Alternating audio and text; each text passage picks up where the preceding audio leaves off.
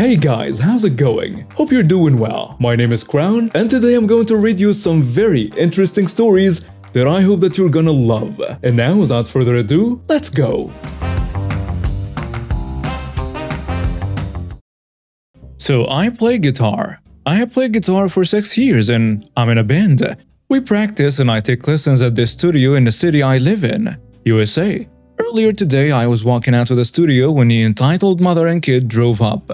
The entitled kid walked over to me and it went like this. Mommy, look at this thing they have right there. Points at the guitar case. Can I have it? I tell him, no sorry, this is my guitar. And it's expensive so I can't let random strangers use it. No, let him use it. My baby has a right to it. She tries to pull it off my back. No, stop. I kept it on, she didn't get it. Give it to me or I will get you arrested for assault. She pushes me to the ground. My friend walks out of the studio. They are the drummer and had some extra stuff to work on before they could leave. Hey, don't touch my friend, he shouts. Shut up, you silly child. Mommy, I want it now. I will do what my baby wants. She snatches my guitar case and runs into the studio. My friend and I followed her in and snatched my guitar and case back, called the police, and they checked the cameras outside the studio. She was arrested for assault of a minor, and I don't know what happened to the entitled kid. Just crazy. This happened a week ago and I've just gotten over the shock and finished giving my company statements. I work part-time in a chocolate shop and we give out samples to customers. On this particular day, the sample contained the Hazelnut pralina.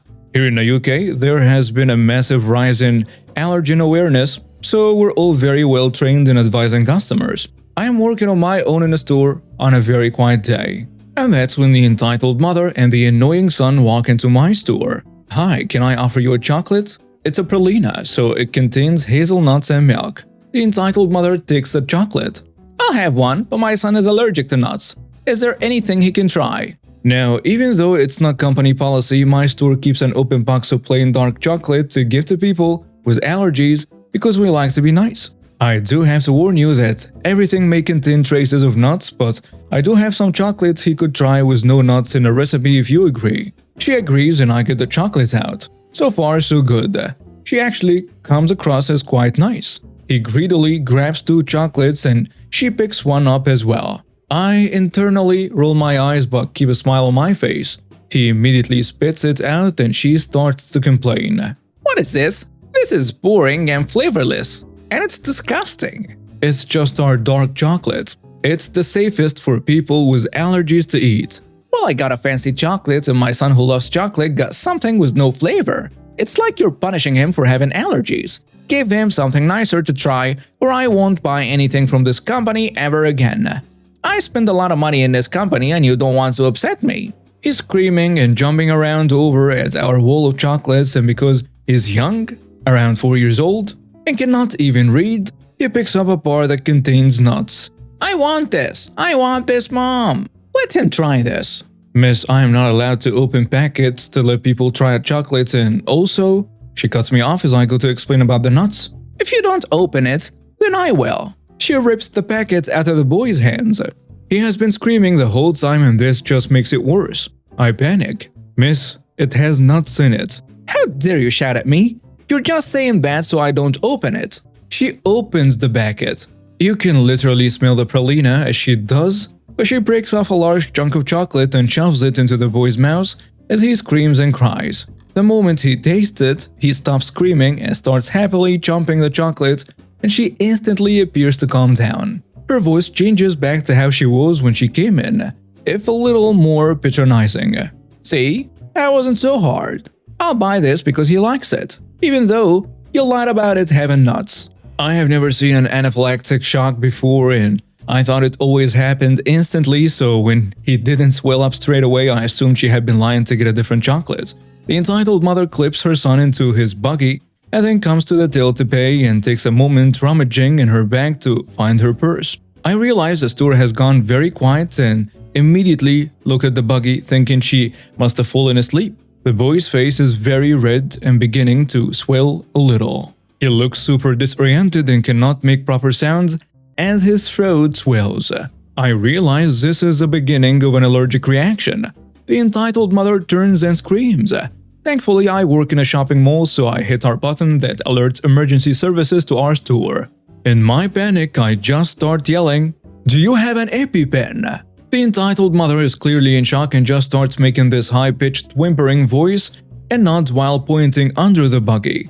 I stick my head out of our store door and yell for the responders. I'm pretty much in tears at this point. Thankfully, the mall responders arrive and take over. They are first aid trained and get the EpiPen. They also call 999. They administer the medicine and have the son lay in flat until an ambulance can arrive. The mom is clutching my arm the whole time. I nearly feel sorry for this woman until I remember this is her fault. The ambulance arrives and takes them away. I called my manager and she lets me close the store until my coworker arrived, and I started giving statements to everyone. My company, the mall, the police, who also turned up with the ambulance, and I got the rest of the day and the next day off. Thankfully, the boy recovered, so there is a happy ending, and the Child Protective Services were contacted via the police to report and review this neglect situation. Before I start, please note that this is my grandpa's story, and in no way does it involve me. My grandpa passed before I was old enough for him to tell me himself, so the story was told to me by my dad. It's also not the longest story, but it's good. Okay, time for some backstory. Back when my grandpa was younger, he played baseball. I don't know if this was in college or the minor leagues, pretty sure it's college though. My grandpa was a pretty good relief/closer, mainly relief, but wasn't amazing. He was your average pitcher. One thing to note, my grandpa wasn't the most empathetic person at all. He goes into this game knowing he's going to relief pitch. He's doing some pre-game warm-ups when he sees someone laughing at him on the other team. This was probably because they threw a kind of bad pitch while warming up. The game starts and his team just wrecks their team. I'm pretty sure the score was 4-0 after the second inning ended. This goes on until in about the fifth inning, their starting pitcher starts to get more and more tired. I think the score was 6-4 when he went in the game. He does fairly well, goes through one inning without anyone scoring. So pretty good. Then, in the next inning, pretty sure the seventh inning by now, he throws a pitch right down the middle and the batter just wrecks the ball. He gets a home run. My grandpa hears someone on the other team laugh hysterically. It's the same dude who was laughing at home at the start of the game, and he's up to bat next. The dude steps up to bat and my grandpa knew he was going to be this dude. He hated when people laughed at him, so he was trying to decide whether to hit him in the face or another more sensitive area. My grandpa decides to try to hit his face, thinking he will either jump out of the way and be scared of him, or it will hit him in the face and it might chip his tooth. Another important thing to note was my grandpa threw very hard, in the 80 to 90 miles per hour range. He lines up to the pitch, gets ready to bean him and throws a pitch. It hits the dude right in the face. The dude screams and brings his hands up to his face, still screaming. The umpire guides him to the sideline, calling medical help in. Then my grandpa sees something hanging from his face. My grandpa knew he kind of wanted something like this to happen, but didn't think it would. He was pretty sure that was his eye hanging off his face, and that was confirmed during a medical pause in the game. The umpires decided to not throw my grandpa out of the game, no one laughed at him the rest of the season, and everybody thought he was amazing. And he got the satisfaction of sweet, sweet revenge. Well, that's the story. If you guys are curious, I'm pretty sure the guy got his eye put back in. But it might have been a fake eye. I'm like 80% sure they put it back, but I don't know. Hope you enjoyed it, and see you later. Edit. I've been asking my parents about this story and have come to find out, through some pretty intense research, that the guy whose eye was knocked out ended up getting a minor infection. Doesn't seem bad, right? Well, it was near the end of the season and that player was a senior who was projected to get drafted pretty early on. This caused the drafters to shoot this out of proportion. He didn't get drafted due to concerns about his health and some other stuff. I couldn't get it all. For those who are curious, I had to search through my grandpa's old things and found a few notes, and my dad partially remembered parts that my grandpa said, and those notes proved them together. Sounds crazy, right? Okay friends, buckle up because this is a long one. Recently I read a story where a redditor wanted to know if she was in the wrong because After finding a dog, and even after the rightful guardian of that very loved and missed dog contacted her, refused to give it back because she was now attached. This absolutely made my blood boil and made me want to scream in fury because something similar happened to us years ago, and it still sticks in my craw. Especially when I read how that Redditor was so incredibly selfish, thinking only of herself and caring nothing for what other people were going through. Here is the story. Many years ago now, I gave my mother a Chihuahua puppy for Mother's Day after her 18-year-old Akira passed away. This little dog, who I only spent $400 on, this is relevant later, let's call him Mickey, was my mother's baby, and they did everything together. When he was about 3 years old, while my mom was at work, a workman accidentally let him run out of the door and he disappeared. We searched for months for him, I spent several $100s for a pet finder, and we put up posters at all the vets and ads in the paper. Basically, we did everything we possibly could to find him. But with no luck. 7 months after he went missing, I went to pick up my 2 dogs from a groomer/doggy daycare, and as I was writing the check to pay them, my son and his friend were watching the dogs in the play area when I heard my son exclaim, "Mama, there is Grandma Susie's dog." Mickey had a very unique marking on his back that looked like a silhouette of a Mickey Mouse head, so I absolutely knew it was him. When I said his name, he ran to the gate and jumped up trying to get to me. I got so excited because I thought my mom's long nightmare was over now, and through happy tears told the owner he was my mother's dog who had gone missing. And I was so happy to find him because mom was grieving herself to death. She even slept with his bedtime toy that he loved so much. Well, imagine my heartache, anger, and frustration when one of the groomers, let's call her Skank, said it was her dog. Then the owner of the place and Skank proceeded to scream at me and tell me that I was wrong. But if it actually was my mother's dog, that we should just be glad that he wasn't dead. And Skank said she would not give him back. They were so nasty to me, they literally forced me out of the shop and threatened to call the police if I didn't leave. I was heartbroken, frustrated, but more importantly, I was determined to get my mother's fur baby back, no matter what I had to do. After I told mom I'd seen him, she raced over to the shop, but they had removed Mickey from the daycare area. I wouldn't allow her to see him. They later called the police on her, even though she'd only asked to see him, not take him. After this, I was a woman on a righteous mission. So this is the beginning of my revenge. Skank wouldn't give me her name, so I hired a private detective to find out who she was. But once I got her name and address, I hired a lawyer and filed a lawsuit. Grief was overwhelming her every day to the point where she couldn't work and she cried constantly. So I was sincerely worried for my mother's health. Deciding I wanted to try to drum up some support for our situation and to encourage my mother to fight, we even went to the local press and they did a story about us in the paper. It can probably still be found on the web if you had our real names. At any rate, it took a few months, but we finally got our first court date. Skank showed up, but without the dog. And because of this, our case was the talk of the courthouse. Because a judge actually had to subpoena the dog to get Skank to bring him. A few days later, I was sitting next to my mother in the courtroom when Skank walked in holding Mickey. Now keep in mind, until that moment, my mother hadn't laid eyes on him for nearly a year.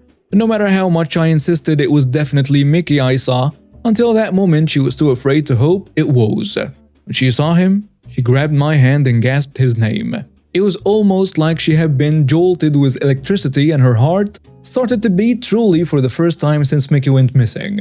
This just made me more determined to do whatever I had to do to get him back. When our case was called, we provided a ton of evidence that Mickey belonged to us, including his registration papers, vet records, and photos. When my mother took the stand, she quietly but forcefully spoke of how deeply she loved him, how much he enriched her life and gave her purpose, and how she understood why Skank wouldn't want to give him back, because he was such a loving dog. But she explained he was that way because she, my mom, had poured her heart and soul into loving him. When it was Skank's turn, she took the stand holding the dog and had put a t-shirt on him to try and hide the Mickey Mouse silhouette marking on his back. Well, the judge wasn't stupid, and when he asked to hold Mickey, he simply lifted up the shirt to reveal the marking that was clearly shown in the 50+ photos we had brought with us. She had none. After Skank talked a bit about how she'd grown attached to Mickey, the judge sent her back to her seat and addressed the courtroom. My mom and I held our breath, truly afraid of what he might say. And he started by saying he understood this was a difficult situation, and it was obvious both parties loved the dog. Mom had a death grip on my hand at this point, but it was his job to make difficult decisions. He then said, in his smooth old country judge southern accent, that it was obvious to him the dog in our photos was the same dog he was currently holding, and that he was, in these exact words, giving the dog back to the plaintiff, my mom.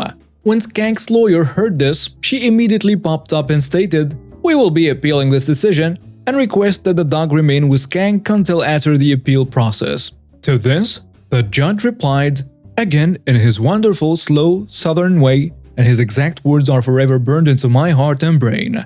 "Well, you can appeal if you want to, but I'm giving the dog back to the plaintiff." My mom and I broke down in relieved and grateful tears as Skank glared daggers at us. The judge then removed the t-shirt and collar from Mickey and handed them back to Skank, gave Mickey to the bailiff and said, "I want to see if the dog remembers the plaintiff." All eyes were on my mother as she made her way from the bench seats into the aisle, where she stood quietly about 35 feet away, while Skank stood much closer, about 5 feet from where the bailiff held Mickey. At this point, the bailiff leaned down, gently put Mickey on the floor, and as soon as his little feet hit the ground, without so much as even glancing at Skank, ran as fast his little legs could carry him straight to my mother and literally jumped into her arms, immediately bathing her face in precious doggy kisses. I don't think I have ever seen my mother so happy, and even the judge and bailiff were grinning for all they were worth. I also saw quite a few people in the gallery wiping away happy tears.